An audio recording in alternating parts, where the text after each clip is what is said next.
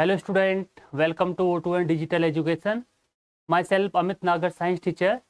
Student, जो हमारा chapter चल रहा है is matter around us pure, वो ऑलमोस्ट हमने कंप्लीट कर लिया है। और उसका जो हम एक्सरसाइज वाला पार्ट कर रहे हैं, और एक्सरसाइज वाले पार्ट में हमने सबसे पहले MCQs वाला पार्ट जो है वो कंप्लीट हम कर चुके हैं। और आज हम करने वाले हैं शॉर्ट और very short type answer question करने वाले हैं, ठीक है। तो जो आपके जो वेरी शॉर्ट हैं क्वेश्चन, तो उसमें हम इस सेशन में हम वो कंप्लीट करने वाले हैं। आई होप आपको बहुत इंटरेस्ट आने वाला है। स्टार्ट करते हैं, ठीक है।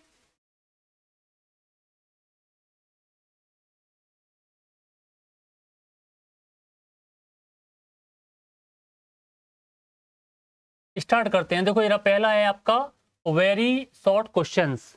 और वेरी शॉर्ट क्वेश्चन में क्या कह रहा है? ये कह रहा है define the law of a conservation of mass. तो ये मैंने आपको चैप्टर में पहले ही आपको मैं पढ़ा चुका हूँ बेटा, कि law of a conservation of मास आपका जो है उसके अकॉर्डिंग मैंने आपको बताया था बेटा। उसका स्टेटमेंट ये है कि ना तो मास को हम क्रिएट कर सकते हैं और ना मास को हम डिस्ट्रॉय कर सकते हैं, बस इसको कन्वर्ट किया जा सकता है one form to another form. Okay, तो ये है हमारा कौन सा, the law of a conservation of mass. तो यहाँ देखें, देख रहा है कि in a chemical reaction the mass can neither can be create और नॉट डिस्ट्रॉयड। देख रहा है कि एक केमिकल रिएक्शन में ना तो मास को हम क्या कर सकते हैं, क्रिएट कर सकते हैं, और ना उसे हम डिस्ट्रॉय कर सकते हैं, बस उसको कन्वर्ट कर सकते हैं वन फॉर्म टू अनदर। अब इसे हम एग्जाम्पल से समझते हैं। अब एग्जाम्पल हमारा है, यहाँ देखें बेटा, Na प्लस Cl2। जब इन्हीं की आप रिएक्शन कराते हैं बेटा तो आपका बनता है NaCl। अब इसको बैलेंस करेंगे तो यहाँ कितनी मल्टीप्लाई कर लेंगे, 2 की, और यहाँ पर कर लेंगे 2 की। अब हम मास काउंट करेंगे। जो सोडियम है उसका एटॉमिक जो एटॉमिक मास है वो होता है 23, लेकिन यहाँ पे Na कितने एटम है, 2। तो यहाँ लिख लेंगे 2 मल्टीपल 23 प्लस। ऐसी सिमिलरली आपका जो क्लोरीन है, क्लोरीन का होता है 35.5, लेकिन क्लोरीन एटम कितने हैं, 2। तो 2 की मल्टीपल कर देंगे, 2 35.5 इजिकल टू। अब यहाँ पे आपका 2 NaCl है। अब जब 2 NaCl है तो प्यारे बच्चों हम क्या करेंगे, यहाँ पे 2 की मल्टीपल है प्लस ये हो जाएगा आपका 23 प्लस ये आज आपका हो जाएगा 35.5। क्लियर ही था। और जब आप इन दोनों का सम करेंगे इस वाले पार्ट का, यानी कि ये वाला कौन सा है, रिएक्टेंट वाला, रिएक्टेंट वाला जो पार्ट है, और ये आपका कौन सा है, प्रोडक्ट वाला पार्ट बेटा। ये है आपका बेटा प्रोडक्ट वाला पार्ट। तो जब आप दोनों का सम करेंगे तो दोनों का जो मास का जो सम होगा बेटा वो होगा क्या बेटा, सिमिलर होगा, बिल्कुल इक्वल होगा। और ये जो आपका लॉ है वो इसी बात को स्टेट करता है कि ना मास को हम क्रिएट कर सकते हैं, ना मास को हम डिस्ट्रॉय कर सकते हैं, ना केमिकल रिएक्शन उसको कन्वर्ट कर लेते हैं one form to another form. Clear. तो ये है आपका बेटा कौन सा था, ये आपका the law of a conservation of मास। क्या था बेटा आपका ये, the law of a conservation of मास। जिससे यहाँ देखें ये कितना हो जाएगा, 23 दूनी कितना हो जाएगा आपका 46, ये आपका 46 हो जाएगा। और ये कितना हो जाएगा बेटा आपका, यहाँ देखें 35 दूनी 70, और ये कितना है आपका, यानी कि 0.5 है ये आपका, ठीक है। तो ये कितना हो जाएगा आपका 71। इनको अगर आप ऐड करेंगे तो कितना हो जाएगा 7, और कितना हो जाएगा 147।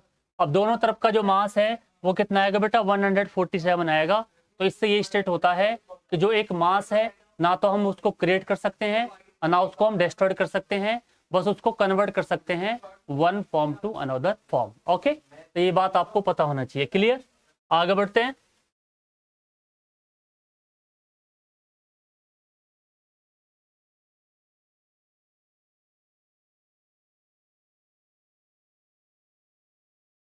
Question number 2। क्वेश्चन नंबर 2 ये कह रहा है explain the law of a constant proportion. Explain the law of a constant proportion. तो ये देखा, ये कह रहा है कि in a chemical substance the element are always present in the definite proportion by a mass. एक रहा है कि कोई भी अगर केमिकल सब्सटेंस है उसमें जो एलिमेंट होते हैं वो एक डेफिनेट प्रोपोर्शन में होते हैं, चाहे वो सब्सटेंस आपका लिक्विड फॉर्म में हो, चाहे आपका गैस फॉर्म में हो, और चाहे आपका सॉलिड फॉर्म में हो। तो इसमें देखो यहाँ पर एग्जाम्पल ये कह रहा है कि in water the ratio of mass of hydrogen to the mass of oxygen कितना होगा, ऑलवेज कितना होगा बेटा, 1 पॉइंट कितना होता है, 8 होता है। कैसे, क्योंकि आपका जो वाटर है, वाटर होता है आपका H2O, ये हमारा वाटर है। अब वाटर में दोनों एलिमेंटों का मास, ये आपका हाइड्रोजन है बेटा और ये आपका ऑक्सीजन। क्लियर। अब हाइड्रोजन का मास 1 होता है, लेकिन यहाँ एटम कितने हैं, 2, तो यहाँ पर कितने हो जाएंगे, 2 हो जाएगा। ये जब 2 हो जाएगा, और जो आपका ऑक्सीजन है उसका जो मास होता है ऑक्सीजन एटम का, वो होता है आपका 16। क्लियर। जब आप इसको और सिंप्लीफाई करेंगे तो सिंप्लीफाई करने पर ये आ जाएगा 1:8, 1:8 हो जाएगा ये। तो अब ये इसका कहने का मतलब ये है कि यहाँ पर जो हाइड्रोजन है और आपका ऑक्सीजन है उसका रेशो हमेशा 1:8 रहेगा, चाहे जो वाटर है आपका लिक्विड फॉर्म में है, चाहे आपका बेटा वेपर फॉर्म में है, और चाहे आपका किस में है, सॉलिड फॉर्म, यानी कि इन द फॉर्म ऑफ कौन सा आपका जो ड्राई CO2 होती है बेटा। ठीक है, ठीक है। तो ये आपको पता होना चाहिए कि जो इनका जो मास का रेशियो रहेगा वो हमेशा क्या रहेगा, फिक्स रहेगा, 1:8। क्लियर। तो ये आपका क्या था, कौन सा था बेटा, the law of a constant proportion. Law of a constant proportion ये कहता है कि in a chemical substance the element are always present in the definite proportion by mass. देख रहे हैं, केमिकल सब्सटेंस में जो एलिमेंट होते हैं वो एक डेफिनेट प्रोपोर्शन में होते हैं, किसके, उनके मास के में। उनका जो मास है वो हमेशा क्या रहेगा, फिक्स रहेगा। ठीक है, इन केमिकल सब्सटेंस में। क्लियर। तो उनका जो मास का जो प्रोपोर्शन है वो कभी भी चेंज नहीं होगा। तो ये बात आपको पता होना चाहिए। तो इसको हमने किससे समझा, एग्जाम्पल से समझा, किसके से, वाटर से। क्योंकि यहाँ पे जो वाटर का जो आपका रेशो है, मास का रेशो, वाटर आपका क्या है बेटा, कंपाउंड है। अब कंपाउंड में 2 एलिमेंट हैं, एक का आपका हाइड्रोजन और एक है आपका बेटा ऑक्सीजन। तो इनका जो मास का रेशो है वो है बेटा 1:8। तो ये रेशो जो है वो हमेशा क्या रहेगा, मतलब बिल्कुल एग्जैक्टली फिक्स रहेगा, चाहे वाटर आपका लिक्विड फॉर्म में है, चाहे आपका वेपर फॉर्म में है। ओके, आगे बढ़ते हैं।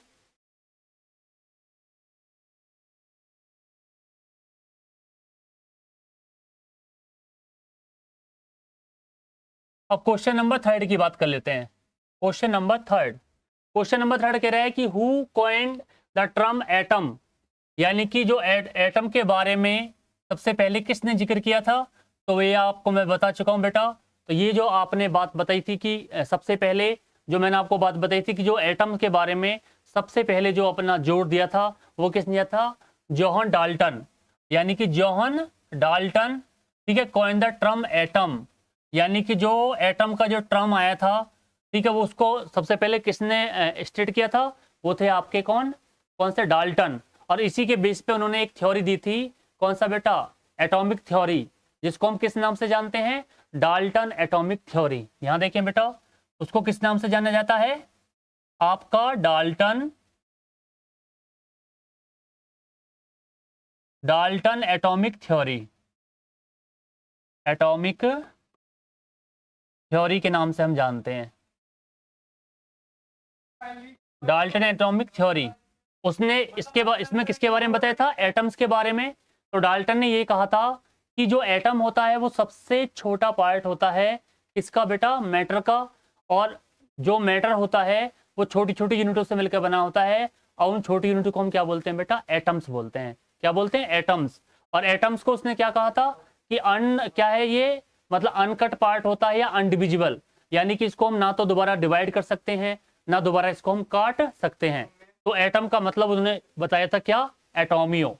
क्या बताया था बेटा, एटोमियो। तो प्यारे बच्चों, आपको पता होना चाहिए कि जो डाल्टन थे उन्होंने क्या है, ये सबसे पहले स्टेटमेंट दिया था किसके बारे में, एटम के बारे में, और इसी बेस पे उन्होंने थ्योरी दी थी, डाल्टन एटॉमिक थ्योरी। ओके, ये मैं आपको पीछे पढ़ा चुका हूं और समझा भी चुका हूं।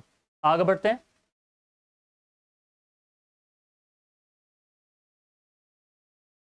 Question number 4। अब क्वेश्चन नंबर 4 की बात कर लेते हैं। कह रहा है डिफाइन एटम, डिफाइन एटम। अब एटम को डिफाइन करने के लिए हम डाल्टन एटॉमिक थ्योरी वाली बात कर लेते हैं। जो उन्होंने स्टेटमेंट दिया था। ये कह रहा है the smallest particle of matter which can take part in a chemical reaction is called atom. बिल्कुल डाल्टन ने ये कहा था कि जो स्मॉलेस्ट पार्टिकल होता है किसका, मैटर का, और वो किसी भी केमिकल रिएक्शन में क्या कर सकता है, पार्टिसिपेट कर सकता है, तो ये उसको हम क्या बोलते हैं, एटम्स बोलते हैं। क्या बोलते हैं, एटम्स। तो प्यारे बच्चों यहाँ देखें, ये कह रहा है the smallest particle of matter which can take part in a chemical reaction is called atoms. क्या बोलते हैं उसको बेटा, एटम्स बोलते हैं। ठीक है, और जो सबसे छोटा जो एटम है वो आपका कौन सा होता है, आपका हाइड्रोजन। जो हाइड्रोजन है वो सबसे छोटा एटम कहा जाता है। क्लियर।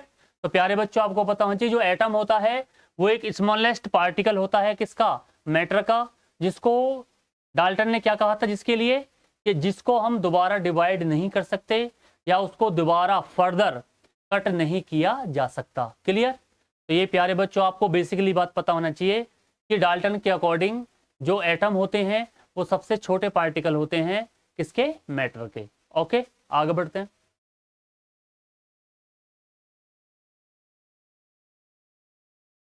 क्वेश्चन नंबर 5 की बात कर लेते हैं। क्वेश्चन नंबर 5 अब कह रहा है डिफाइन मॉलिक्यूल्स। अब मॉलिक्यूल्स क्या होते हैं, आपको पता है एटम्स के मिलने से जो एटम्स के जो हैं 2 एंड मोर देन 2 जो मॉलिक्यूल्स होते हैं सिमिलर, आपस में मिलकर क्या बनाते हैं बेटा, वो मतलब atom 2 and more than 2 atoms आपस में मिलकर क्या बनाते हैं, मॉलिक्यूल्स बनाते हैं। क्या बनाते हैं, मॉलिक्यूल्स। देखें यहाँ पर ये कह रहा है the smallest particle of element and compound which can be exist independently called molecules. उनको हम क्या बोलते हैं, मॉलिक्यूल्स कहते हैं। यानी कि एटम्स के मिलने से, जब एटम्स आपस में कंबाइंड फॉर्म में आते हैं, उनके मिलने से क्या बनते हैं बेटा, मॉलिक्यूल्स बनते हैं। जैसे एग्जांपल ले लेता हूं मैं आपका, अगर ये है आपका H और ये है आपका H, जब दो हाइड्रोजन एटम आपस में मिलेंगे तो आपका कौन सा मॉलिक्यूल बनेगा, H2 बनेगा, हाइड्रोजन। क्लियर। दूसरा ले लेते हैं आपका क्लोरीन, आपके 2 Cl एटम मिलकर क्या बनाते हैं बेटा, Cl2 बनाते हैं। Cl2 आपका क्या होता है, आपका क्लोरीन होता है। ऐसे ही आपका देख लें 2 ऑक्सीजन एटम मिलकर क्या बनाते हैं, O2 बनाते हैं। O2 हमारा क्या होता है, ऑक्सीजन। क्लियर। ऐसी 2 नाइट्रोजन एटम आपस में मिलके हैं क्या बनाते हैं प्यारे बच्चों, N2 बनाते हैं। N2 आपका कौन सा होता है, नाइट्रोजन होता है। तो प्यारे बच्चों आपको पता होना चाहिए कि जो आपके मॉलिक्यूल्स होते हैं ना, मॉलिक्यूल्स किससे मिलके बनते हैं, कितने, जब आपस में 2 एटम्स या 2 से अधिक एटम्स आपस में कंबाइंड फॉर्म में आते हैं तो वो मिलके बनाते हैं आपके मॉलिक्यूल्स। तो ये आपके किसके एग्जाम्पल हैं बेटा, ये सारे आपके क्या हैं, एग्जाम्पल हैं किसके, मॉलिक्यूल्स के। चाहे आपका हाइड्रोजन है, चाहे आपका क्लोरीन है, चाहे आपका ऑक्सीजन है, और चाहे आपका नाइट्रोजन है, ये क्या कहे जाते हैं, मॉलिक्यूल्स कहे जाते हैं। क्लियर। आगे बढ़ते हैं।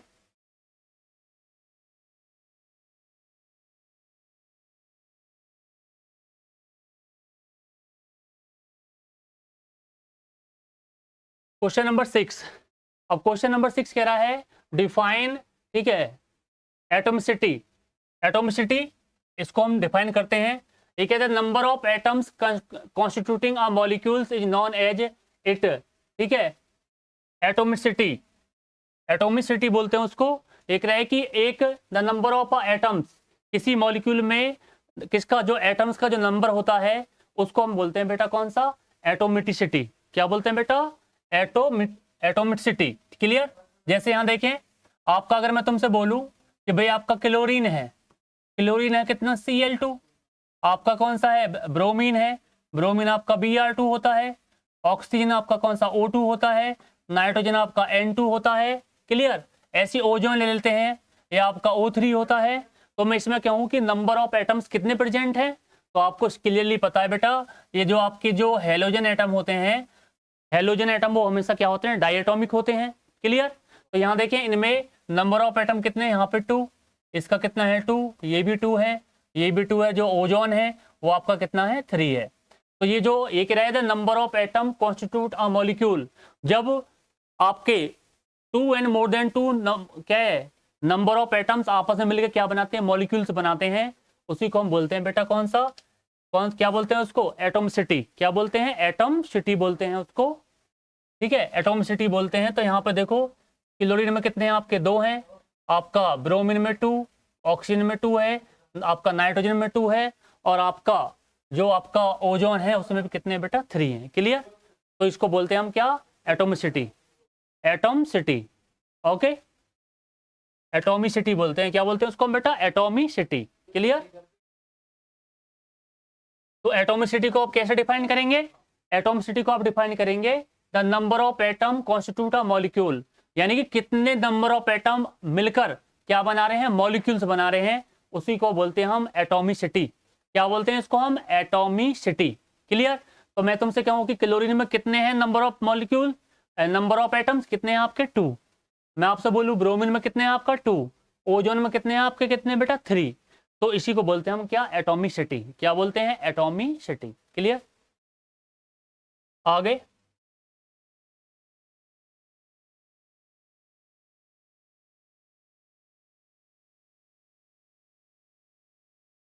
Question number 7। अब क्वेश्चन नंबर 7 को देखें। ये कह रहा है कि what is the atomic mass unit? Atomic mass unit क्या होती है? एटॉमिक मास यूनिट, इसको शॉर्ट में बोलते हैं प्यारे बच्चों AMU। AMU atomic mass unit को शॉर्ट में क्या कहा जाता है? AMU। अगर किसी का हम क्या मॉलिक्यूलर मास निकालते हैं तो उसकी जो यूनिट होती है उसको हम किस में रिप्रेजेंट करते हैं? AMU, atomic mass unit. यहां देखें, एक है the sum of atomic mass of the all atom, ठीक है, in the molecule of a substance is express atomic mass unit. एक रहे कि कोई आपका सम ऑफ एटम्स, कोई कंपाउंड है उसमें कितने एटम्स क्या है आपके? प्रेजेंट हैं। उन एटमों का जो सम होता है, उनको जो एटम्स का जो सम होता है उसको हम किस में रिप्रेजेंट करते हैं? उसको हम रिप्रेजेंट करते हैं बेटा किस में? Atomic mass unit. Atomic mass unit में क्या उसको रिप्रेजेंट किया जाता है? और इसको शॉर्ट में बोलते हैं बेटा AMU। क्या बोलते हैं? AMU। जैसे एक एग्जांपल ले लेते हैं, आपने ले लिया वाटर का। अब वाटर में 2 एलिमेंट प्रेजेंट है, एक आपका हाइड्रोजन और एक आपका कौन सा? ऑक्सीजन। तो आप हाइड्रोजन और ऑक्सीजन का क्या निकालेंगे? आपको मास पता ही है, हाइड्रोजन का मास कितना होता है? 1, और लेकिन यहाँ पे नंबर ऑफ H कितने हैं? 2, तो हम 2 की मल्टीपल कर लेंगे। ऑक्सीजन का मास आपको पता है 16 होता है, तो जब आप इसे ऐड करेंगे 2 + 16, तो दोनों को जब आप ऐड करेंगे तो ये आपका 18 हो जाएगा। और इसको हम किस रिप्रेजेंट करेंगे? AMU। AMU से हम क्या करेंगे? रिप्रेजेंट करेंगे इसके मोलर मास को, मोलर मास। सिमिलरली तो आपको पता होना चाहिए कि जो आपका AMU क्या होता है? एटॉमिक मास यूनिट होती है। वो क्या होता है? एटॉमिक मास यूनिट क्या है? The sum of atomic masses, यानी कि किसी एलिमेंट में कोई आपका कंपाउंड है, उसमें जो कंपाउंड में जो आपके क्या है? एटम प्रेजेंट हैं, उनके जो मास हैं, उनके जो मासेस हैं, उनका जो सम होता है उसको हम किससे रिप्रेजेंट करते हैं? उसको हम रिप्रेजेंट करते हैं AMU। AMU का मतलब होता है एटॉमिक मास यूनिट। क्या होता है प्यारे बच्चों? Atomic mass unit. तो इसका एग्जाम्पल आपको मैंने दिखाया, किसको देखा बेटा? वाटर को देके आपको इसको मैंने समझाया है। क्लियर? आगे बढ़ते हैं।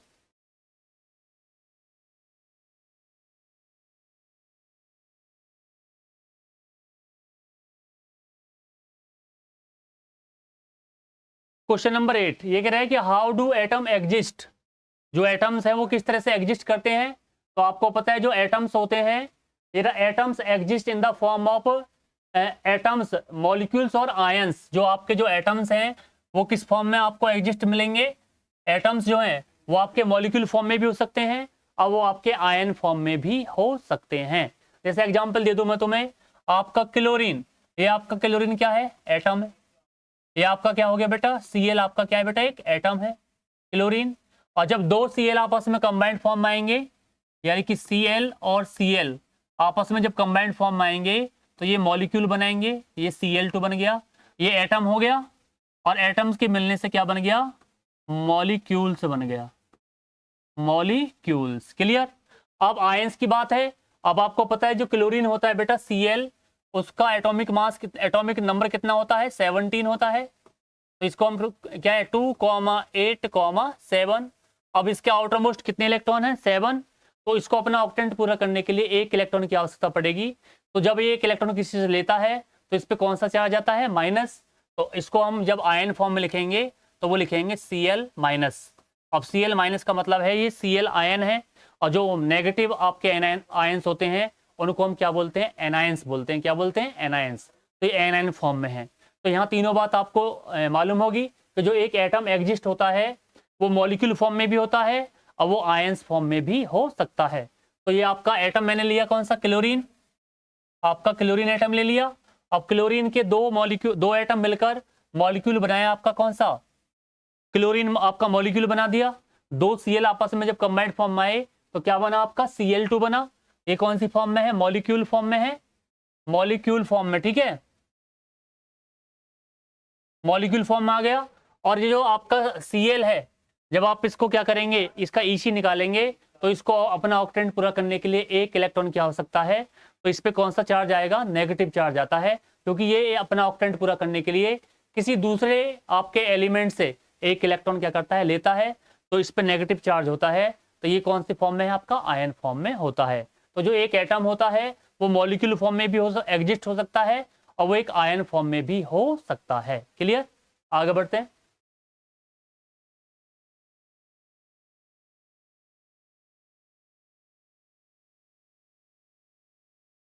Question number 9। अब क्वेश्चन नंबर 9 की बात कर लेते हैं। क्वेश्चन नंबर 9 क्या कह रहा है, देखो ये रहा, क्या है, give the atomicity of a phosphorus and nitrogen. अब कह रहे थे एटोमिसिटी ऑफ अ फॉस्फोरस। अब आपको पता है जो फॉस्फोरस होता है P4 होता है। अगर मैं तुमसे बोलूं कि इसमें नंबर ऑफ एटम कितने हैं, तो इसमें नंबर ऑफ एटम्स कितने हैं बेटा, ये 4 एटम्स, यानी कि 4 एटम से मिलके बना है।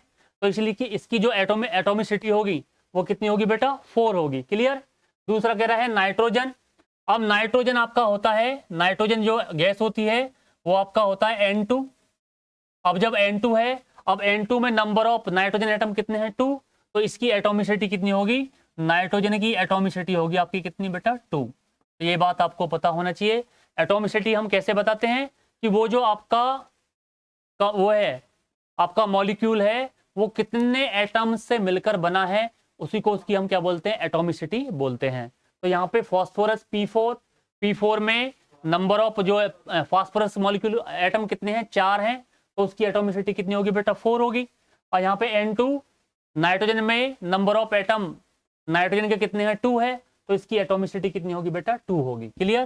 तो ये इस तरह से हम किसी भी जो आपका जो मॉलिक्यूल होता है उसकी एटोमिसिटी क्या कर सकते हैं, आइडेंटिफाई कर सकते हैं। क्लियर, आगे बढ़ते हैं।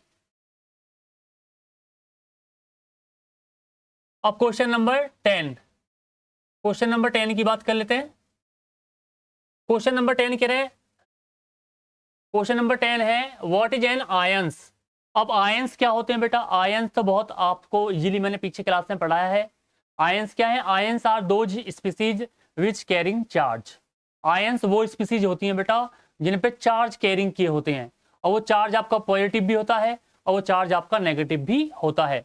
इसी बेस पर जो आयंस होते हैं उनको 2 पार्टों में डिवाइड कर दिया, एक तो आपका कैटायन और एक आपका एनायन। यानी कि दो species which are carrying positive charge, ठीक है, दे आर कॉल्ड कैटायन, उनको क्या बोलते हैं हम, कैटायंस बोलते हैं। And those species which bearing negative charge that is called anions. अब मैं इसका एक एग्जांपल देता हूं, मैं आपको लेकर आपको एक एग्जांपल देता हूं। देखो ये कह रहा है charge atom is called an ions, the ions can be positively charge, cation बोलेंगे उसको बेटा, अभी बताया था मैंने, उसको बोलेंगे कैटायन। क्लियर,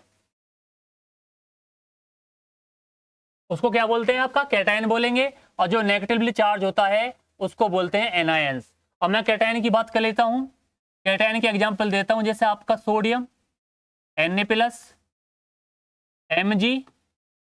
Mg हो गया आपका 2+ हो गया, एल्युमिनियम Al3+, ये आपके क्या है बेटा, ये है आपके कैटायन। कैटायन क्यों है, क्योंकि इन पे पॉजिटिव चार्ज है। सोडियम पर आपका +1 है, मैग्नीशियम पर आपका +2 है और आपका एल्युमिनियम पर आपका +3।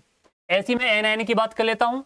अब जो एनायन है हमारे, एनायन में देख लो बेटा, आपका ये ले लो, आपका क्लोरीन है -1 होता है, ऑक्सीजन होता है बेटा -2, आपका नाइट्रोजन हो गया -3। तो ये आपके क्या है, एनायंस, क्योंकि इन पर क्या है, नेगेटिव चार्ज है। इन पर जब नेगेटिव चार्ज है तो इनको हम बोलेंगे एनायंस, और जिन पे पॉजिटिव चार्ज होता है उस आयंस को हम बोलते हैं बेटा कैटायन। तो प्यारे बच्चों आपको इजीली सिमिलरली समझ में आना चाहिए कि आयंस क्या होते हैं। Ions are those species which bearing charge, जिन पे क्या होता है चार्ज होता है, उनको हम आयंस बोलते हैं। और आयंस को दो पार्टों में डिवाइड कर दिया, एक तो कैटायन और एक आपका एनायन। ठीक है बेटा, आई होप आपको समझ में आया होगा। बेटा आगे बढ़ते हैं।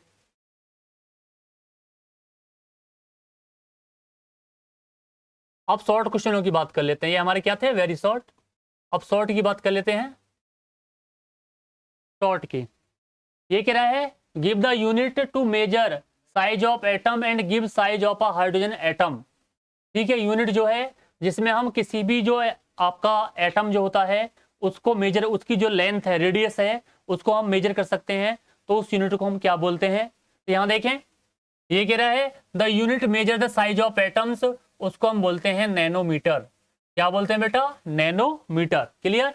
एंड ये क्या है, the size of hydrogen atom, जो हाइड्रोजन एटम होता है बेटा उसकी जो साइज होता है वो कितना होता है, 10 की पावर -10 मीटर। जो हाइड्रोजन होता है, एटम जो होता है उसका जो साइज होता है वो कितना होता है, 10 की पावर -10 क्या होता है, मीटर होता है। तो प्यारे बच्चों आपको पता होना चाहिए किसी भी जो एटम है उसकी जो आपकी उसकी जो साइज है उसको हम किस में मेजर करते हैं, आपका नैनोमीटर में उसको क्या किया जाता है, मेजर्ड किया जाता है। और जो हाइड्रोजन है उसका जो साइज है एटम का वो कितना है, 10 की पावर -10। और हाइड्रोजन क्या है, सबसे छोटा क्या कहा जाता है बेटा, सबसे छोटा जो आपका एटम्स कहा जाता है। क्लियर। आगे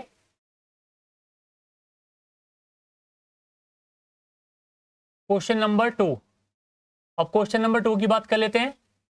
ये कह रहा है what is IUPAC, give its function. देखो यहाँ देखिए आईयूपीएसी, आईयूपीएसी है बेटा, आईयूपीएसी बहुत इंपॉर्टेंट है।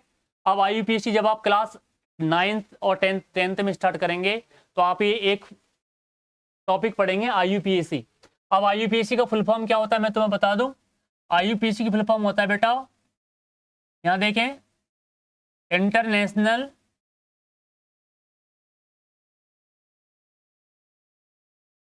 International union of pure and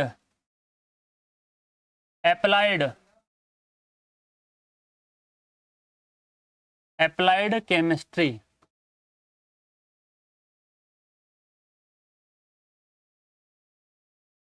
ये फुल फॉर्म होती है बेटा किसकी, आईयूपीएसी की। आईयूपीएसी की फुल फॉर्म होती है international union of pure and applied chemistry. बेटा ये एक सिस्टम होता है, इसके द्वारा जो ऑर्गेनिक और इनऑर्गेनिक जो कंपाउंड होते हैं उनको नॉमिनेट किया जाता है।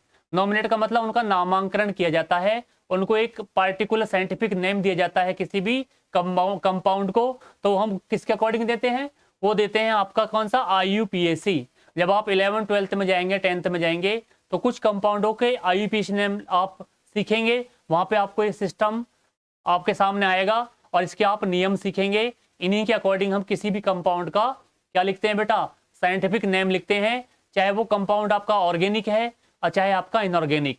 तो आईयूपीएसी के जो रूल्स होते हैं वो ऑर्गेनिक केमिस्ट्री के अलग होते हैं और इनऑर्गेनिक केमिस्ट्री के अलग होते हैं। तो आप दोनों तरह के नाम सीखेंगे। आप जो आईयूपीएसी है वो ऑर्गेनिक कंपाउंडों के लिए पढ़ोगे और आईयूपीएसी नेम आपके किसके लिए पढ़ोगे, इनऑर्गेनिक कंपाउंडों के लिए भी पढ़ोगे। तो आईयूपीएसी की फुल फॉर्म क्या बताई थी मैंने, आईयूपीएसी की फुल फॉर्म बताई थी international union of pure and applied chemistry. International union of pure and applied chemistry. Okay, आगे बढ़ते हैं।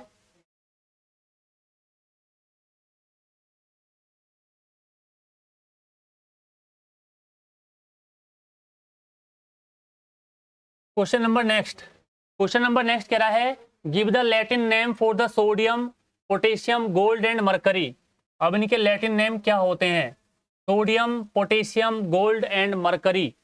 ठीक है, आपका जो सोडियम है इसका जो लैटिन नेम होता है वो होता है नेट्रियम। जो गोल्ड होता है उसका होता है ऑरुनम। क्लियर, गोल्ड का।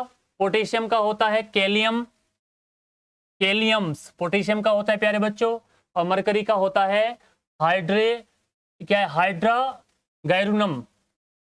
गैरुनम होता है बेटा किसका, आपका मरकरी का।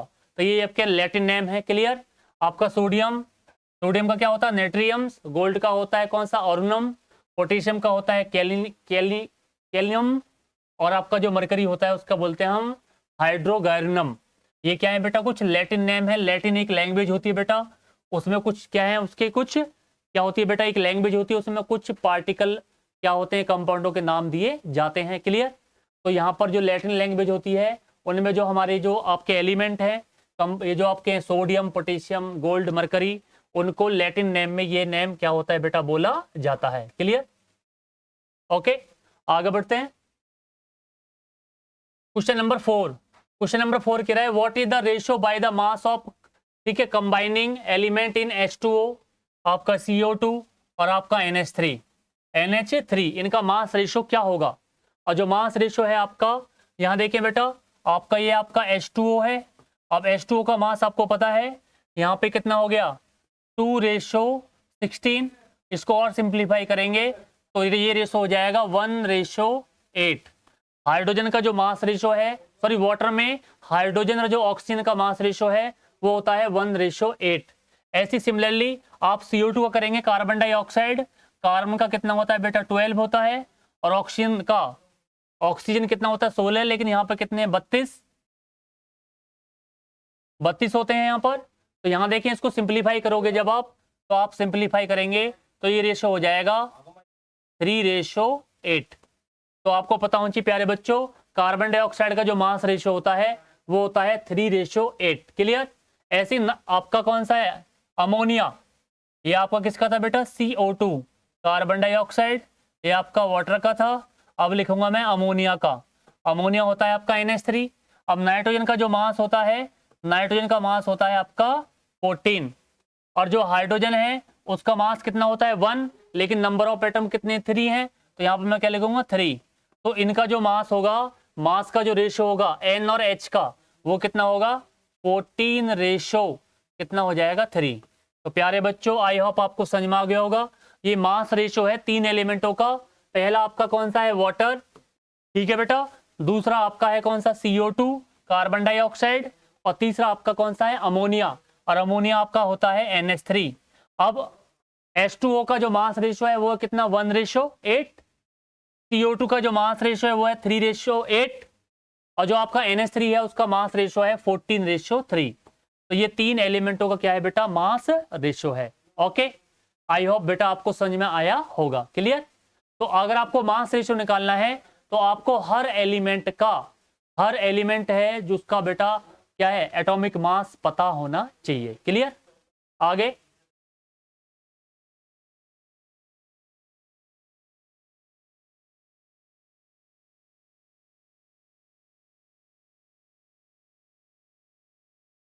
क्वेश्चन नंबर 5 ये कह रहा है कि define valency and give the valency of the following element. Define valency and give the valency of a following compound. अब वैलेंसी क्या है बेटा, ये देखिए वैलेंसी क्या है, क्या है combining capacity of element is called valency. यानी कि जो एलिमेंट आपस में जो कंबाइंड फॉर्म में, एक एलिमेंट जो दूसरे एलिमेंट से जो क्या है कंबाइंड फॉर्म में आता है, वो उसकी क्या कहलाती है वैलेंसी कहलाती है। और वैलेंसी क्या है, वैलेंसी को हम कैसे आइडेंटिफाई करते हैं ये आपको बिल्कुल पता होना चाहिए। जैसे आपका ये 4 एलिमेंट हमें दे रखे हैं, यहाँ देखें बेटा, ये 4 एलिमेंट हमें यहाँ दे रखे हैं, एक आपका मैग्नीशियम, एक आपका कौन सा एल्युमिनियम, और एक आपका क्लोरीन, और एक आपका कौन सा कॉपर। अब आपका जो मैग्नीशियम है, मैग्नीशियम Mg होता है बेटा कितने पर 12 पर, तो 12 पे हो जाएगा ये 2,8,2, तो इसकी वैलेंसी कितनी होगी बेटा 2। ऐसी सिमिलरली लेता हूं मैं किसका एल्युमिनियम आता है 13 पर Al, इसका हो जाएगा 2,8,3, इसकी वैलेंसी हो जाएगी +3। एक क्लोरीन ले लेता हूं मैं यहाँ पर Cl होता है आपका 17, ऐसे 2,8,7। ऐसी सिमिलरली कॉपर की वैलेंसी आ जाएगी कौन सा +2। अब ये इनकी जो वैलेंसी है किसी भी जो एलिमेंट है उसकी जो आउटर मोस्ट, यानी कि उसको अपना ऑक्टेंट पूरा करने के लिए कितने इलेक्ट्रॉन की क्या है आवश्यकता है, उसको हम उसकी क्या बोलते हैं वैलेंसी बोलते हैं। क्या बोलते हैं वैलेंसी। क्लियर। अब यहाँ देखिए जैसे मैग्नीशियम, अगर मैग्नीशियम की रिएक्शन अगर आप क्लोरीन से कराते हैं, यहाँ देखें प्यारे बच्चों, अब मैग्नीशियम है, अब मैग्नीशियम के पास यहाँ देखें 2,8,2, क्लोरीन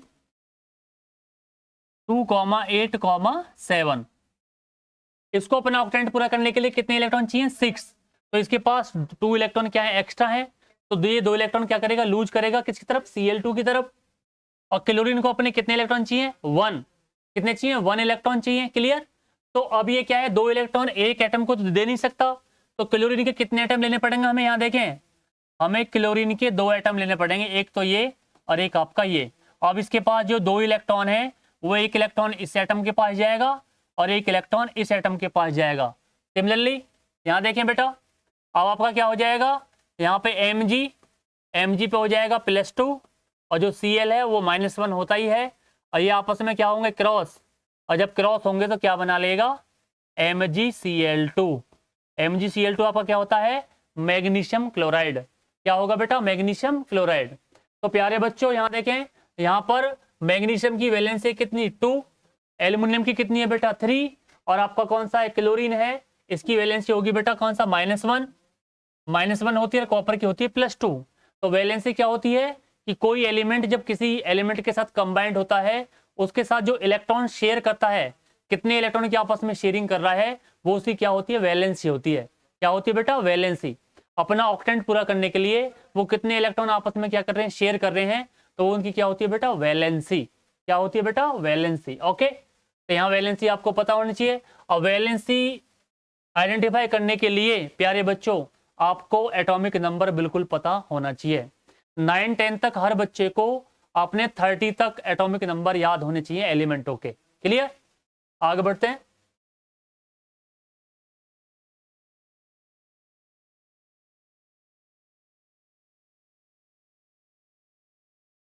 क्वेश्चन नंबर 6। अब क्वेश्चन नंबर 6 कह रहा है what is polyatomic ions, give examples. Polyatomic, ये कह रहा है group of atoms carrying a charge is known as polyatomic. Group of atoms यानी कि बहुत सारे जो ग्रुप है एटम्स का, उस पर जो चार्ज कैरिंग होता है उसको हम क्या बोलते हैं? पॉली एटॉमिक बोलते हैं। जैसा आपका एग्जाम्पल दे दिया, यहाँ देखें, ये अमोनियम। अमोनियम जो है यहाँ पे 2 एटम्स है, अमोनियम आयन है, इसको हम क्या बोलेंगे? NH4+। आपका कौन सा? नाइट्रेट आयन है, नाइट्रेट आपका कौन सा? NO3। ये रहा। तो इसमें क्या है? ग्रुप ऑफ एटम, यानी कि इसमें क्या है? एटम्स, काफी एटम्स आपस में कंबाइंड फॉर्म हुए हैं। तो ये ओवरऑल चार्ज इन दोनों एटमों का है क्या? आपका +4। और इन दोनों का एटम का क्या है? आपका -1। क्लियर? ऐसे आप बाइकार्बोनेट भी ले सकते हैं, बाइकार्बोनेट HCO3- ले सकते हैं। आप कार्बोनेट ले सकते हैं CO2 और -2। तो इसको हम क्या बोलेंगे? पॉली एटॉमिक आयंस बोलेंगे। इसको हम क्या बोलेंगे? Poly atomic ions. क्या बोलेंगे? आयंस। ये बेटा आई है ना कि टी। क्या है ये? आई। तो प्यारे बच्चों आपको पता है group of atoms carrying a charge, यानी कि जब बहुत सारे group of atoms 2 and more than 2 atoms आपस में कंबाइंड फॉर्म में कोई चार्ज कैरिंग किए होते हैं, उसी को हम बोलते हैं बेटा पॉली एटॉमिक आयंस। क्या बोलते हैं उसको हम? Poly atomic ions. क्लियर? तो ये एग्जाम्पल मैंने आपको दे दिए। ये आपका कौन सा? अमोनियम आयन है, ये आपका नाइट्रेट है, ये आपका बाइकार्बोनेट है, और ये आपका कौन सा? कार्बोनेट है। क्लियर? ओके, यहां देखें, आगे बढ़ते हैं। Question number 7। अब क्वेश्चन नंबर 7 की बात कर लेते हैं। ये कह रहा है कि राइट डाउन द फॉर्मूला। अब इनके आपको फॉर्मूला लिखने हैं। ये कह रहा है आपका कॉपर नाइट्रेट, आपका कैल्शियम सल्फेट और अमोनियम हाइड्रोक्साइड। अब इनके आपके फॉर्मूला कैसे लिखेंगे? कॉपर, अब कॉपर प्यारे बच्चों होता है आपका Cu, और जो नाइट्रेट आयन होता है वो होता है कौन सा? NO3-। कॉपर यहाँ वैलेंसी क्या है? +2। कॉपर सेकंड है ये, तो क्या बनेगा बताओ? अगर ये यहाँ पर कॉपर सेकंड लेंगे आप, तो वैले कंपाउंड क्या बनेगा? यहाँ देखिए बेटा, कॉपर अगर ये सेकंड है तो कंपाउंड बनेगा आपका CuNO3 का होल ट्वाइस। क्लियर? ये अगर हम यहाँ कॉपर की वैलेंसी क्या लेंगे? 1 लेंगे, तो ये हो जाएगा Cu। यहाँ पर अगर कॉपर की वैलेंसी क्या है? +1 है, और ये नाइट्रेट आयन है, यहाँ पे वैलेंसी कौन सी है? -1। तो ये आपस में रिएक्ट करेंगे, तो ये बना लेंगे CuNO3। क्लियर? तो यहाँ पर वैलेंसी हम डिपेंड, क्योंकि आपका जो कॉपर होता है वो वेरिएबल ऑक्सीडेशन स्टेट शो करता है। तो हमें ये देखना है कि जो हम एलिमेंट ले रहे हैं उसमें जो कॉपर का जो ऑक्सीडेशन है वो कौन सा है, +2 है या कौन सी आपकी +1 है। तो यहाँ पे कॉपर जो Cu है, यहाँ पे इसका ऑक्सीडेशन स्टेट क्या है बेटा, 1 लिया गया है, तो तभी बना है आपका कौन सा, CuNO3। क्या बना है, CuNO3। ओके। दूसरा कह रहा है कैल्शियम सल्फेट। अब कैल्शियम सल्फेट, कैल्शियम के बारे में मालूम होना चाहिए। जो कैल्शियम होता है वो आपका Ca+2 होता है, और जो सल्फेट आयन होता है, सल्फेट आयन होता है SO4 और -2। अब ये आपस में मैंने बताया था वैलेंसी आपस में क्रॉस होती हैं, और जब वैलेंसी आपस में क्रॉस होंगी, यहाँ +2 और ये कौन सा -2 आपस में क्या हो गए, कट गए, और कंपाउंड बन गया आपका CaSO4। ये आपका हो गया बेटा कैल्शियम सल्फेट। क्या होगा बेटा, कैल्शियम सल्फेट, CaSO4। क्लियर। ये आपका कौन सा था, कॉपर आपका नाइट्रेट, कॉपर नाइट्रेट होगा CuNO3। अब तीसरा कह रहा है एल्युमिनियम हाइड्रोक्साइड। अब एल्युमिनियम हाइड्रोक्साइड को हम कैसे लिखेंगे, यहाँ देखें, एल्युमिनियम जो होता है Al, इसकी वैलेंसी क्या होती है प्यारे बच्चों, इसकी वैलेंसी होती है +3, और जो हाइड्रोक्सिल आयन होता है उसकी वैलेंसी होती है -1। अब ये वैलेंसी आपस में क्या करेंगी, क्रॉस करेंगी, तो कंपाउंड क्या बनेगा, कंपाउंड बनेगा AlOH का होल थ्राइस। यहां लिख लेते हैं इसको, देखो मैं यहां लिख के दिखाता हूं। क्लियर। ये आपका Al, इसकी वैलेंसी होती है +3, और जो हाइड्रोक्सिल आयन होता है उसकी वैलेंसी होती है -1। जब ये आपस में क्रॉस करेंगे तो कंपाउंड क्या बनेगा, कंपाउंड बनेगा AlOH का होल थ्राइस। OH का होल थ्राइस, इसको हम बोलेंगे एल्युमिनियम हाइड्रोक्साइड। क्या बोलेंगे प्यारे बच्चों, इसको एल्युमिनियम हाइड्रोक्साइड कहा जाएगा। क्लियर।